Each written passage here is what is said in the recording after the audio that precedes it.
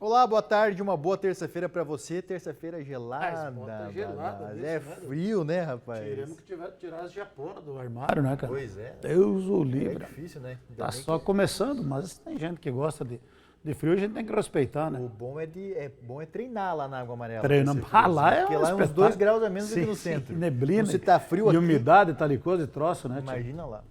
É isso, né, Badai? A Chapecoense vai ter 2 semanas aí de preparação, com frio ou sem frio. Tem essa preparação até o jogo contra o Criciúma no dia 24. E isso, é claro, por conta das datas FIFA, melhor dizendo, tem amistosos das seleções, por isso que não vai ter jogos. Então, um período que precisa ser bem usado pelo Verdão do Oeste. Tempo muito bem-vindo no atual momento da Chapecoense. Ontem o elenco iniciou uma espécie de intertemporada.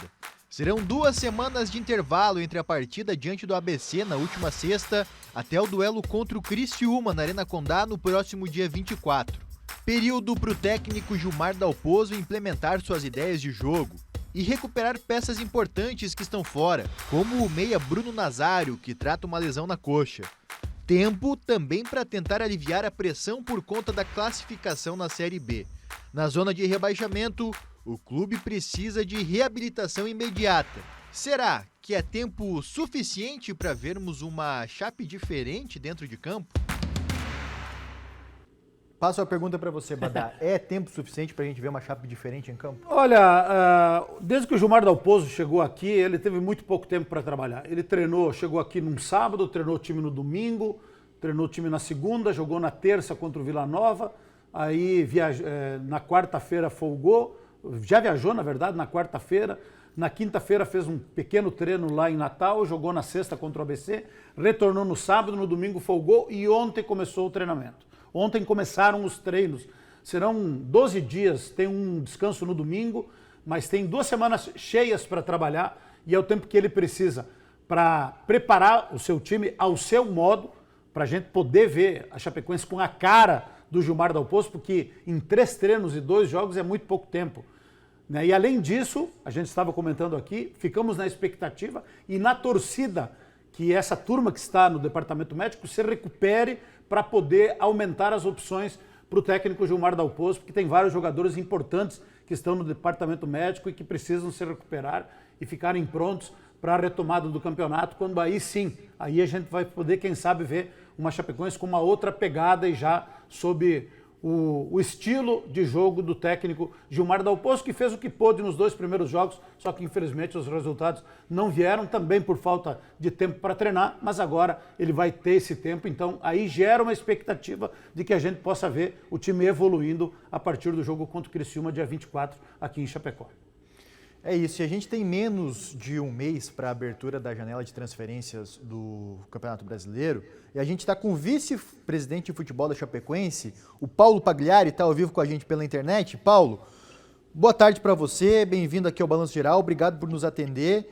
A gente gostaria de saber, acho que o torcedor está ansioso por saber, Paulo, vem reforço para a Chapecoense nessa janela? Como é que está a preparação da Chapecoense para esse período agora que abre as contratações aqui no futebol brasileiro? Boa tarde.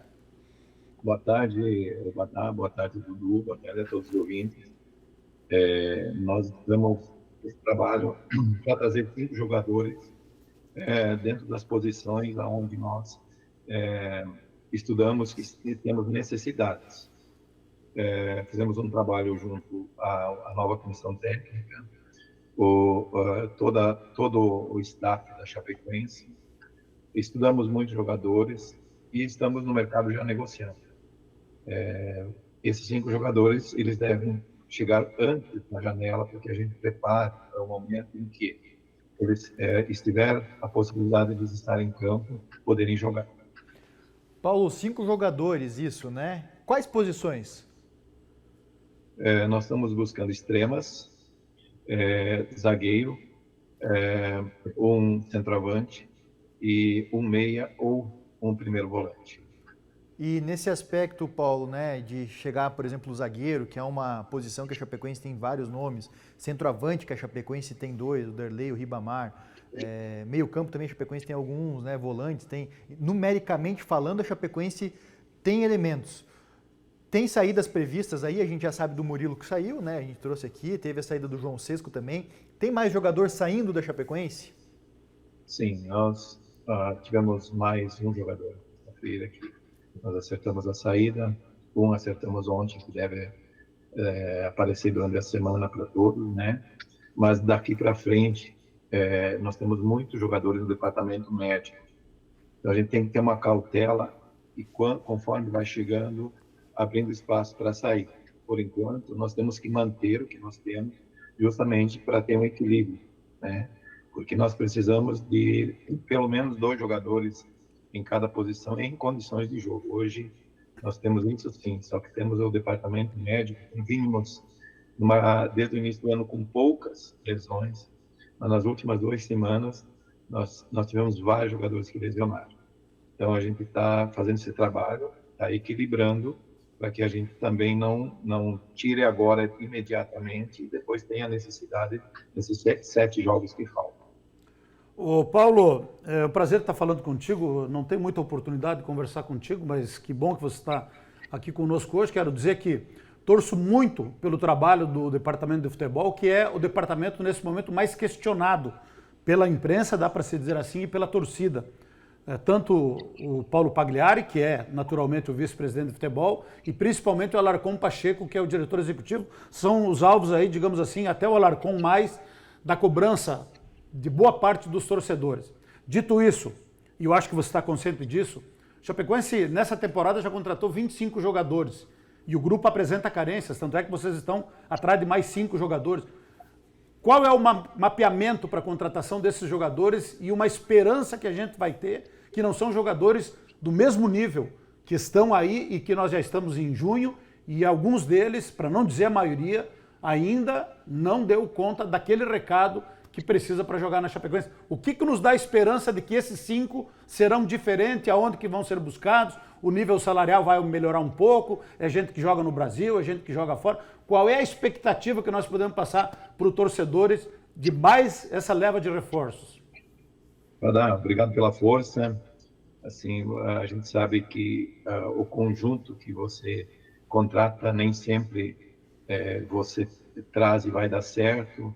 A gente trouxe atletas também com baixos salários, né, pela condição nossa, que não é uma desculpa, né? Mas assim, esses novos reforços que foram estudados tinham jogadores de uma performance um pouco mais elevada. A gente buscou um pouco mais na questão financeira, a diretoria trabalhou muito em cima disso, para que a gente tenha uma condição maior de trazer jogadores num nível um pouco mais elevado, não que os que estão aí não sejam capazes. Essa é a nossa busca no mercado, já estamos conversando, a maioria dos jogadores que estamos buscando estão dentro do cenário nacional, talvez um que esteja no exterior que eu consiga trazer, mas os demais são do cenário nacional. Podemos trazer mesmo às vezes com um nível mais elevado e às vezes na metodologia de jogo não se encaixa, mas estamos aí para fazer o melhor sempre, nunca pensando em errar, sempre pensando em acertar. E é o que nós estamos tentando fazer para a Chapecoense. O questionamento ele se dá, e com razão, quando as coisas elas não acontecem. Mas a gente sempre trabalhou pensando muito na Chapecoense.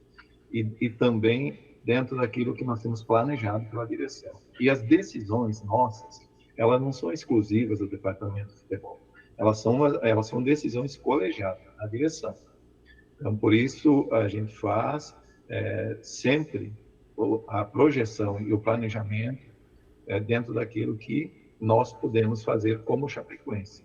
Porque sempre deixamos claro, primeiro nós queremos recuperar a Chapecoense em si. O futebol, ele tem que estar junto.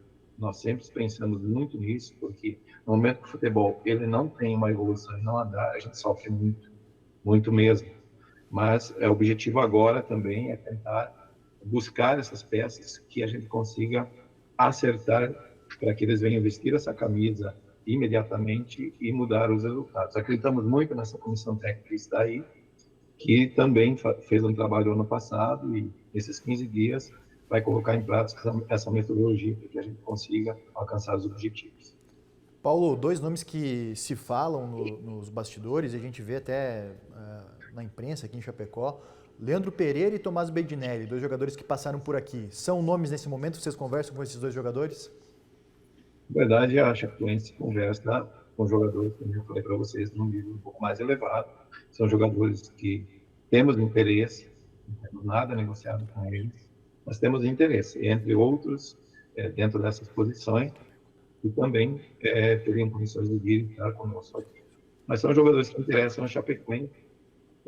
A gente sempre sabe que as cifras são bem maiores financeiramente, mas nada seria impossível. A gente está buscando para ver se consegue trazer nesse nível desses jogadores citados.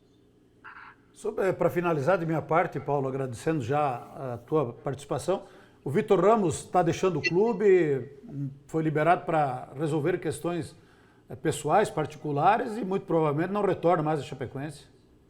No momento, o Vitor Ramos ele está liberado para resolver questões particulares.